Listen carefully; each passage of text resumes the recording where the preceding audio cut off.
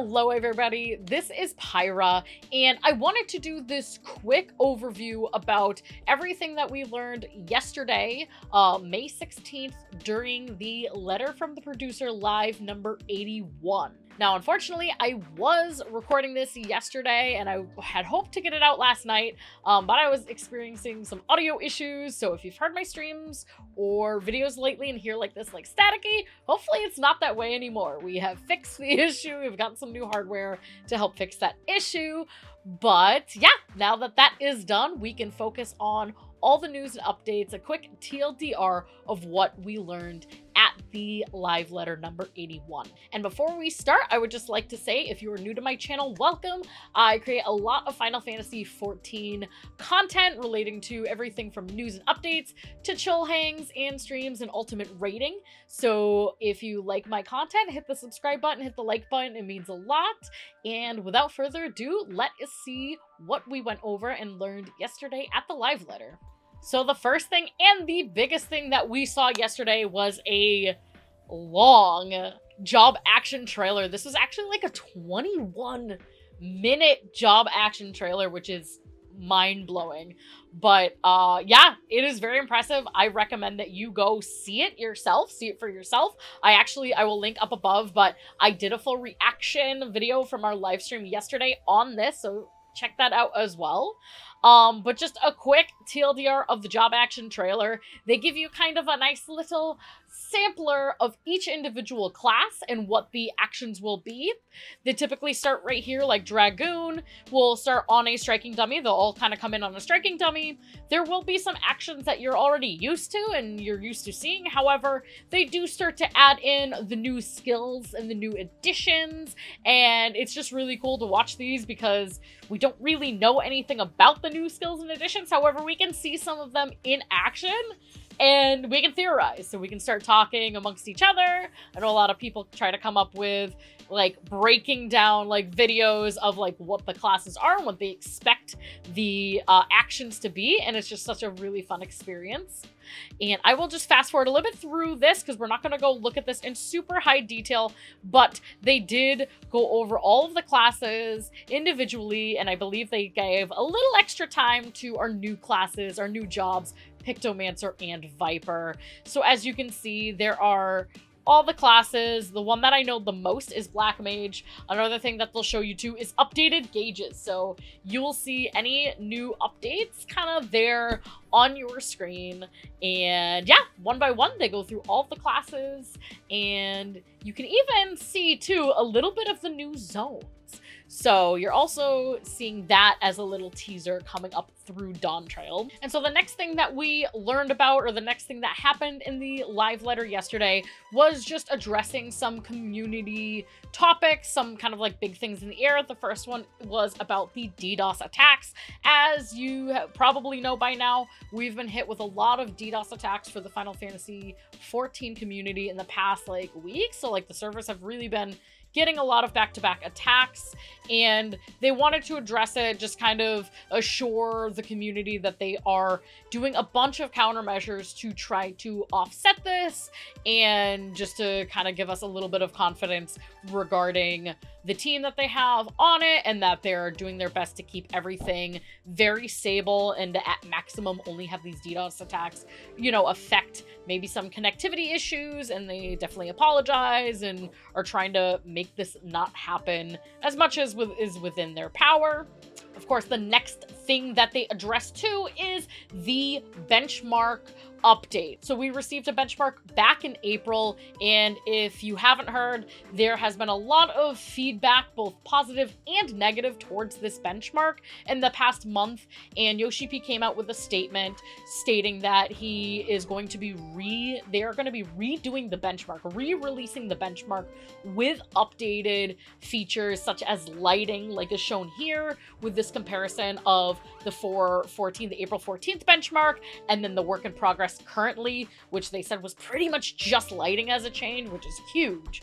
So they are redoing the benchmark, and they gave us this little sampler of what is happening in their update, why they're updating, and showing us a little bit of examples as to how that will affect the benchmark going forward. And of course, they had some examples of like the first idea of the graphics update on the left, which is scary. I'm glad they did not go in this direction. And then of course the benchmark as it was, and then our work in progress. Even little details like fangs, fang length, everything like that. The team, Yoshi and the team, are really trying to get feedback, as much feedback as physically possible. They're trying to improve before Dawntrail. So not just are they playing with the lighting and adjusting a couple things here and there, they're really trying to take a lot of the feedback from the community and change things in the graphics update, in the benchmark, to kind of fit what people want. Everything that's within their power, they stated, they're really trying to tweak these adjustments and make it happen before the biggest graphics update that we've seen in, I don't even know, probably the whole game. And so after those kind of community updates, we get back into the job adjustments category. Right now, they showed us a little bit to do with job adjustments for the entire battle class system. Of course, new actions added in accordance with the increased level cap. And then based on feedback, they made adjustments, and the goal is improving ease of use. So there was one thing that they had added and implemented that is going to kind of introduce this ease of use in, and that is, we will scroll further, that is with action change settings being added to the game. So what this means is that certain actions in your job, you can toggle on this button and it will turn some of your rotations, your button presses, into one. So if you kind of have like a 1, 2, 3 rotation, it might combine all of those counterparts, those follow-up counterparts, so that you have less hotbar blow and less buttons kind of all over the place to press. This was very neat at first, and I think the comparison that I've heard with it is like, it's kind of reminds us of PvP actions, where if you do anything PvP in the game, you will have like the same button that like 1, 2, 3 combo just in one button. So this is something that is going to be an optional feature in the game. I know there is already mixed reviews based on this. I think, however, at this time, I think it opens the door for accessibility for a lot of people. Maybe some people who are not able to press a lot of buttons, or like if they have mouse and keyboard, maybe they can't use their control or shift buttons to hit other parts of the hotbar. So I do enjoy that this is an optional feature of the game. I'm curious to see how it works for each individual class, but it is a new system that is going to be implemented with Dawntrail, so we can look forward to that coming up. And then the next thing that they went over, and we won't get over in detail, but it was regarding each role before each individual class. So each role got its own upcoming adjustments. This, of course, for example, is Rampart and Job exclusive 30% damage reduction abilities will be upgraded in the 90s level range. And then, of course, Reprisals duration is going to be increased to 15 seconds in the 90s level range. So they had little adjustments for each tank like that. And then they also went into each specific class to talk about just a couple highlighted points for each class on what changes or updates can be seen in Dawntrail. Of course, with this, we obviously know the least about our new classes, Viper and Pictomancer. They spent a little bit longer time on these two classes, explaining a little bit more in depth what we can expect from these classes. And then after having these big slides with a little bit longer talking, we got some actual in-game footage, live footage of Yoshi P playing through the game on these two new classes, just to show us a little bit about the hotbar, a little bit about the timing, and so that we can kind of see firsthand what the game is going to look like for these new classes. And as you can see, they did this for Pictomancer too, like I just noted. A lot of this section with Pictomancer was a lot more talking than it was actual playing, because there is a system with the new class in general, but the gauges, there is a system about how you play the class. And so they did a lot covering kind of how that class is interpreted and the different types of items that you can see for the gauge. And I recommend for these new classes, take a look in depth either on this live letter or looking up at the media tour coming up soon. And so at the end of all of the job notes and updates that they had gone over, we just got a little update about PvP, just very basic stuff. Of course, Viper and Pictomancer will be added in 7.0 to PvP, and then of course we are going to get new action adjustments, but those are going to kind of exist more in 7.1 and further on.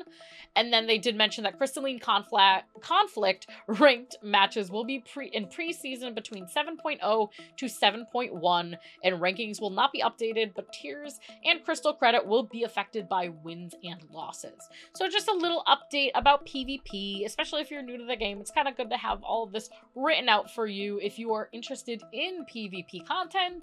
And so the next things that we learned about in yesterday's live letter is regarding the media tour. So the media tour is actually live right now.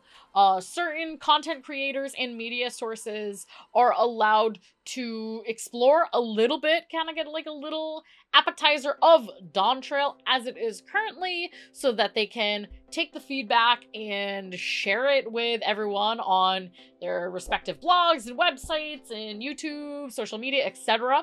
And so one of the things that they wanted to let us know and kind of key us in on are 2 NPC characters that are prevalent right from the beginning of Dawntrail, and they would just rather us hear about them straight from Square Enix versus having to kind of like be confused and learn who they are through the media sources. And it is these 2 characters right here, Bakul Jaja and Koana. They are also going for the throne of Tural, as we've kind of know that that is our main storyline going into this. And these are 2 of the contestants, if you will, that are looking to fight for the throne. So we don't know too much about these 2 yet, but we do know that they are going to be seen right from the beginning of Dawntrail. And I don't have a Dawntrail poster yet, but I do have a Dawntrail lanyard.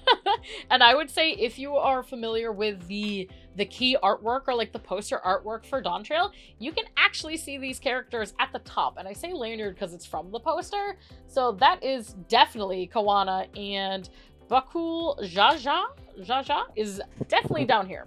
So as you can see, these characters are going to be something important with the story, I would say, between them being, oh, and it went off, between them being mentioned here, being prevalent, and also being in the key artwork. We can definitely expect to see these characters along our journey for the new expansion. And of course, at the end of kind of some of that information, we got some community updates also leading up through Dawntrail. The first one being the return of one of my favorite crossovers, the Fall Guys crossover.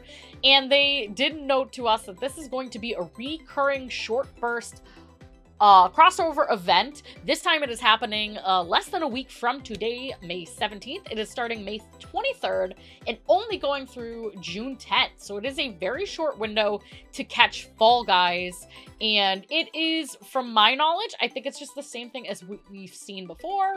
They didn't mention any new prizes or maps. However, they did mention that they will be continuing to bring this event back in short bursts like this in the future. So please look forward to that, especially if you weren't able to try it or weren't able to get all of the items from the last time that it was available. And I don't think anybody could have warned me for this. For this moment right here.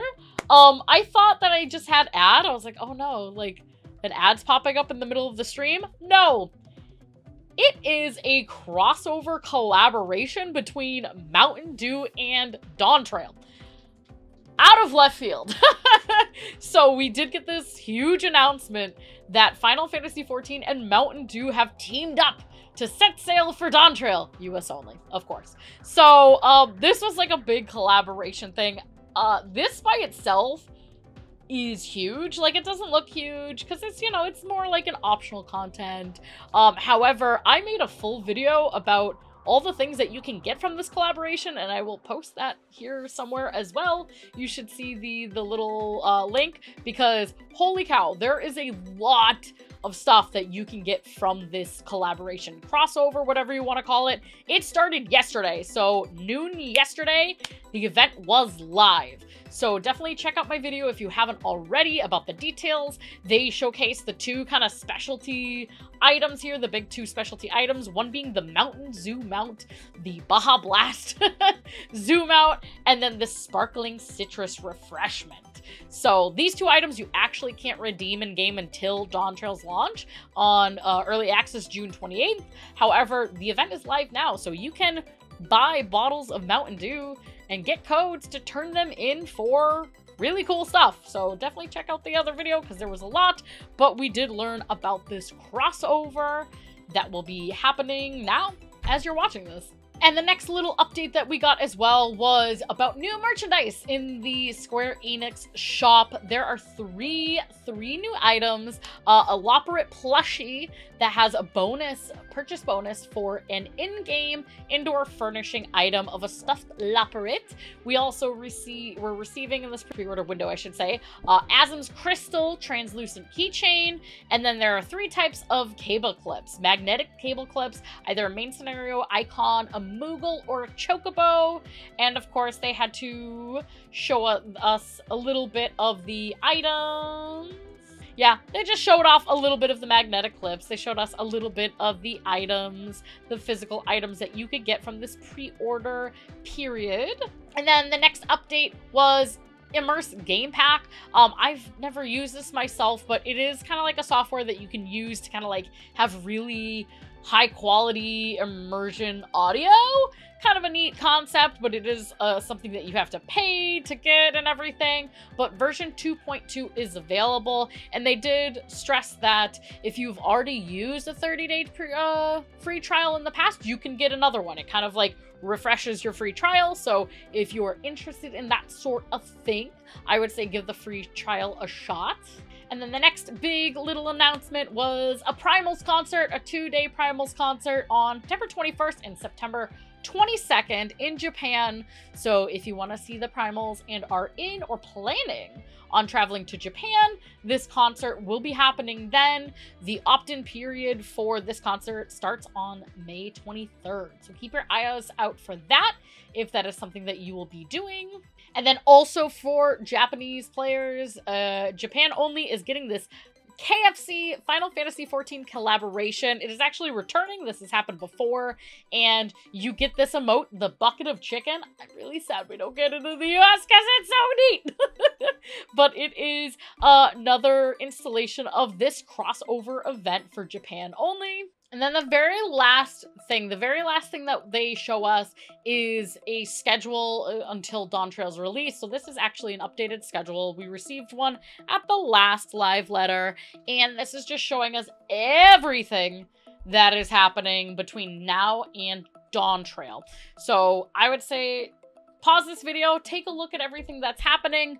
We have everything from Fall Guys collaboration, to Make It Rain, to Dragon Quest collaboration, Yokai Watch, Moogle Treasure Trove, etc. There are a lot of different events happening right now. Make It Rain, if I didn't say that, I think I already did. The media tour is happening for another almost 2 weeks now. And then, of course, we are getting one more letter from the producer live, number 82. We're getting that Friday the 14th, which is 2 weeks before Dawntrail Early Access. So a lot of stuff crammed into the next 6 weeks. We are actually 6 weeks today from Dawntrail Early Access.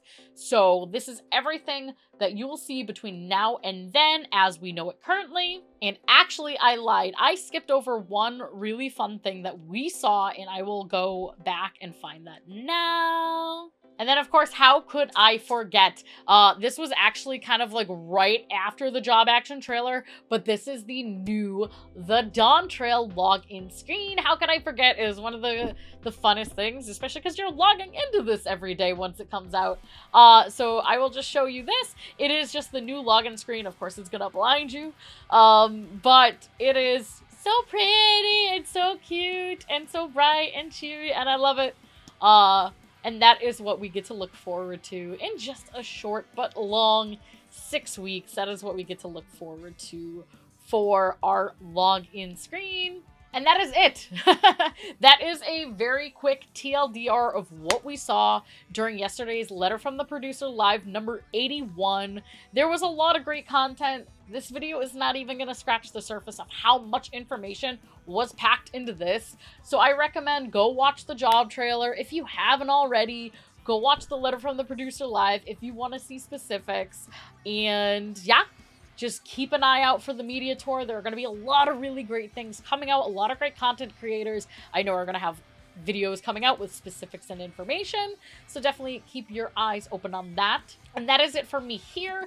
I thank you very much for coming and hanging out with me during this review, or like little overview of everything that happened yesterday.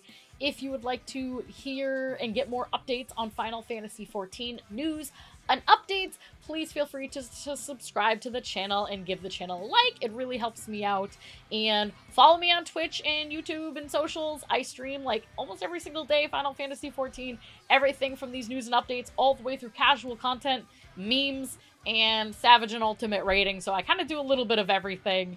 And we will see you in game. Bye!